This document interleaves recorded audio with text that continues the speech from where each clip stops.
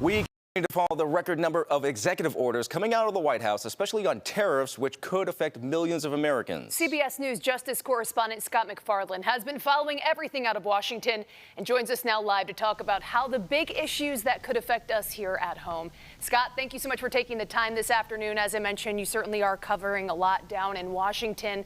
Let's start with the Signal group chat leak. It certainly has a lot of people talking. Catch our viewers up to speed. What has the reaction been in the response? Two different types of reaction. There's a political reaction and there's a legal reaction. Politically, the Trump administration has been dogged by this scandal all week, and questions about how plans of attack can be shared so cavalierly on Signal. And it was local Senator Kirsten Gillibrand who posted this week that, in her view, it was reckless and that lives were put at risk. But it's not just Democrats saying that. There have been some Republicans critical and asking for internal reviews. Now, as for the legal issues, a judge has just ruled the Trump administration national security team has to preserve those messages between March 11th and March 15th because there's a federal lawsuit that's been filed now challenging the use of Signal as a possible violation of federal records law and Freedom of Information Act law. This is a story that has not yet quieted down, and that's a problem for the administration because they don't want to be talking about military signal messages. And Scott, is this something that you think could result in perhaps congressional hearings?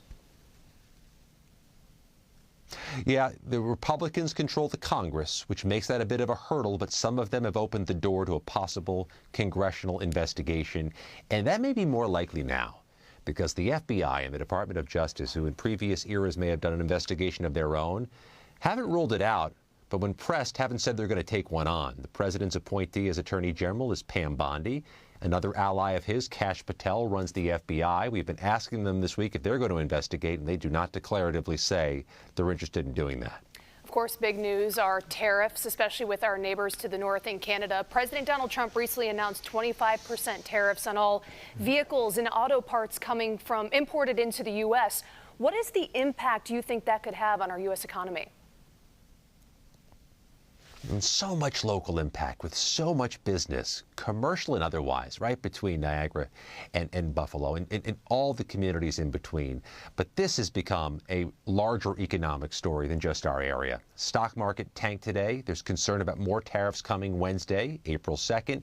And the Canadian Prime Minister spoke with the president today. The president said it was a productive conversation. And if there's any sign of progress in the relationships there, today the president didn't refer to the Prime Minister as governor. He referred to the Prime Minister as Prime Minister. And Scott, I know we just have a few seconds left here. Initially, the tariffs were not focused on cars or car parts. Now they are. Can you explain this change here in policy?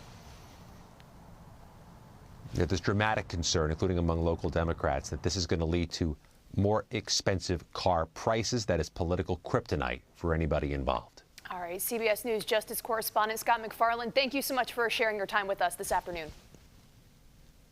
Thank you.